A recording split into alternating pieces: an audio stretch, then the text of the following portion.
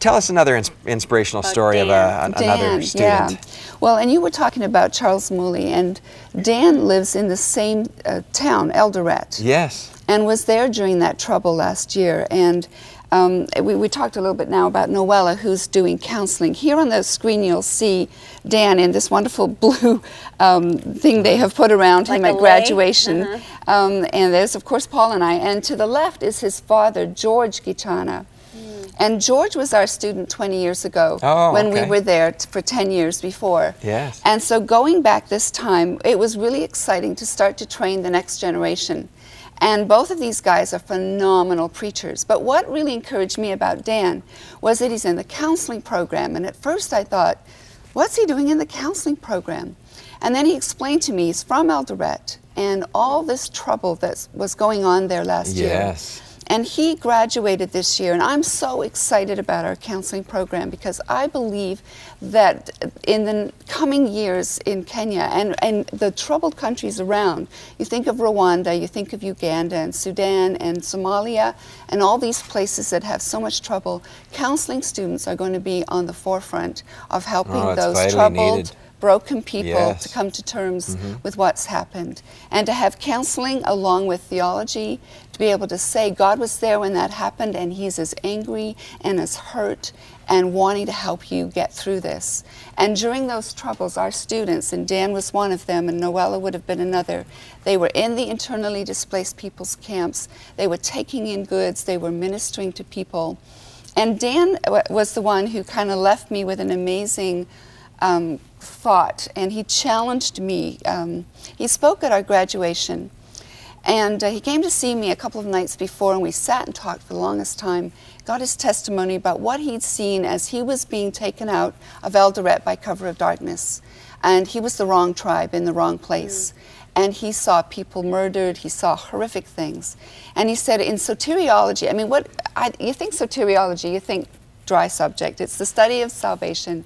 And he said, Mwalimu teacher, he said, in that class I was being healed when I realized how great a salvation we have. And I'm going to pull a Rochelle right here and start crying if I'm not careful. How great is this salvation that we know that Jesus Christ has given us? And Dan, when he was preaching at graduation, he told me he would say this. He said, we have proved that we are people of hope. If you think of Africa, you think of what? War, disease, corruption, betrayal, AIDS, orphans, widows. And our students have proved that there is hope for Africa in Jesus Christ. And the comment that he made at grad was, and when the Lord returns for his own, he will have no trouble recognizing us because we have been the beacons of hope. And that challenged me, and I challenge us in the West. When the Lord returns for his own, will he have any trouble recognizing us? Have we been beacons of hope in this world that desperately needs it, right? It really challenged me to think that way. Wow.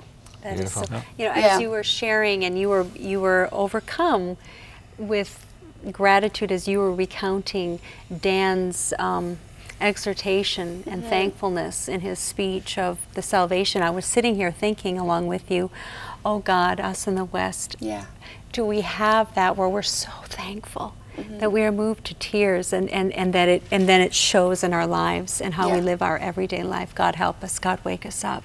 Amen. God bring us to just such a, it just oozes out of us, right? It makes the world hungry for what we have because it's alive.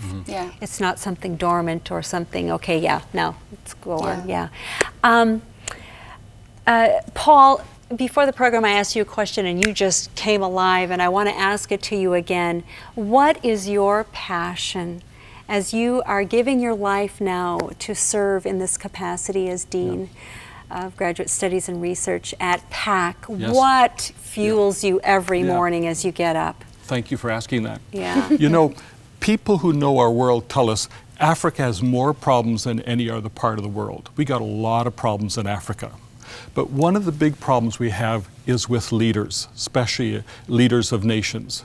And you know what? I have a passion to train Christian leaders for government. either as politicians or as bureaucrats. And as Dean of Graduate Studies, we have an MA program in leadership. We have over 100 students in this program. And right now, our students, they specialize in ministry, business entrepreneurship, and educational administration. And as Dean, I'm going to expand those offerings. And we're looking at covering the health professions, the nonprofits, but it's government leaders that's my passion. And so we're going to develop a specialty in governance and public policy. You see, if you want to impact the whole country, the best way is to work through a government. And God knows we need Christian leaders in government, not only in the West, but especially in Africa. And that's where my passion is. You know what? My life in Africa is a privileged life because I'm right where God wants me to be. But look at the opportunities that we have. And as we say, and we ask ourselves every day, can a Christian university change Africa? Yes, it can. And we are just thrilled to be a little part of what God is doing. And there is hope for Africa. There is hope. So, Paul and Lynn, how is Pan-Africa Christian University supported? Well, interestingly, our operational budget, about 90% of our operational budget comes from Africa. And Wonderful. That's great. Yes. But when it comes to our capital expenditures, a lot of that really depends on people from the West. Yeah.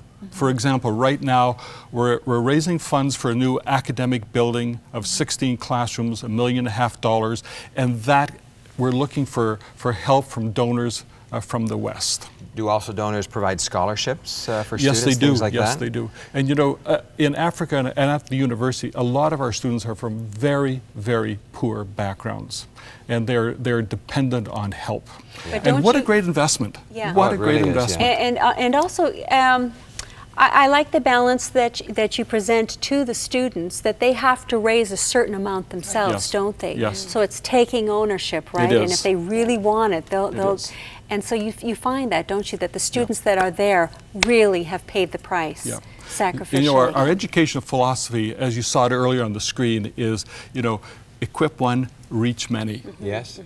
And at the university, we do need people to help us in equipping these students with scholarships. In the et last cetera. few seconds, what would you like to share? I see you want to get in there, Go Lynn. for it. I was for 1 minute, just a quick story of a young woman, Beatrice, who a pastor was visiting from Canada, and he said, I have $1,000 to give somebody. Do you know anyone that needs it? And I thought, I know 60. And when we arrived home from that retreat, there was a note under our door, and this little woman who'd never spoken to me in class, 7 children, had been sent home to Uganda because she didn't have $1,000, and she told me about this. So I tried to get a hold of her, couldn't get a hold of her, didn't know if she got my email to say, come on back to do the exams, Beatrice, the money's here. And the day of exams, I'm running around, I see Beatrice, and I go running over. I said, you got the email? She said, I didn't get the email. Is the money here? And I said, the money's here. Oh, and she's sitting there, she's ready to take that exam. She has studied up until that point, knowing the money would be there. And all she said to me when I asked, she said, the God of Abraham, Isaac, and Jacob has seen me. Well, And that bless you, challenged folks. me, you know, that she knew it was God that was training her and God providing. Paul and Lynn, Amen. thank you so much for being with us here on 100 Huntley Street. I know you have to raise your own support as well. That's part of the challenges.